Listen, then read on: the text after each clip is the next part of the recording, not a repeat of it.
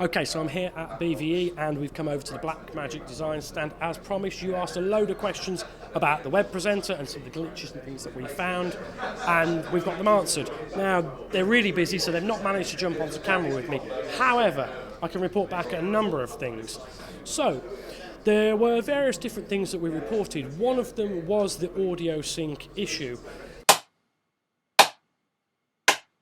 The same thing exists on another product in the Blackmagic line, and you'll have to find that out. If it affects you, great. If not, even better. Blackmagic recently acquired Fairlight, and that means that this is probably going to get sorted very quickly.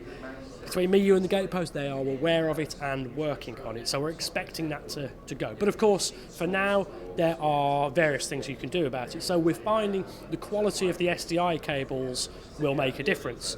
The example I was given that one of the technicians here at Blackmagic Design had a barrel adapter, and that added an extra frame of delay in audio. So nice clean cables. And you know what, try it out with your cables, do let me know.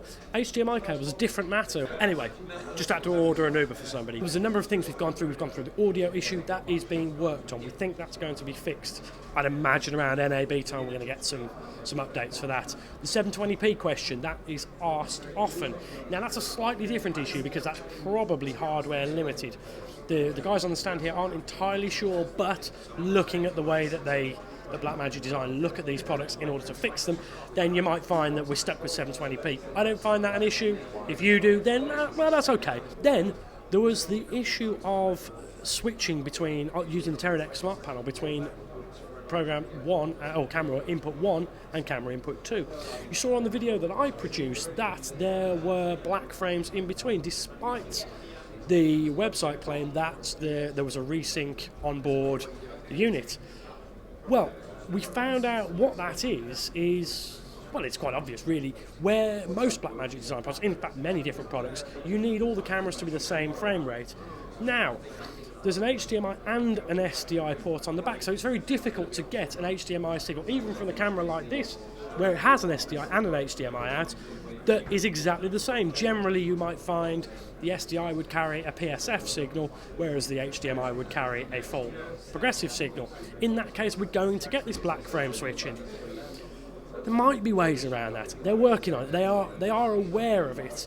And what this does mean is if you take a separate feed, let's say the program feed, straight out of the web designer and put it into a video assist or your HyperDeck Mini, that what we're getting at the moment as the frame rate or the resolution is changing is a stop in recording. So you'll hit start as you're on camera 1. You'll do your thing, and then it'll switch to camera 2. At that point, it'll stop recording. The reason is that the program out isn't a unified program out. It's actually just a combined loop through of the HDMI and SDI signals. Again, they're aware of it. Potentially, they're working on it. On the audio levels, I've touched on them before, but it's just come back to mind. It is also acknowledged that the audio comes out about 10 dB quieter than it should.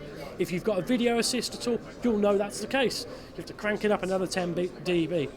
The one we're shooting on now, in fact, on board the camera, we're right up peaking, or towards peaking. On the video assist, we're about where we should be.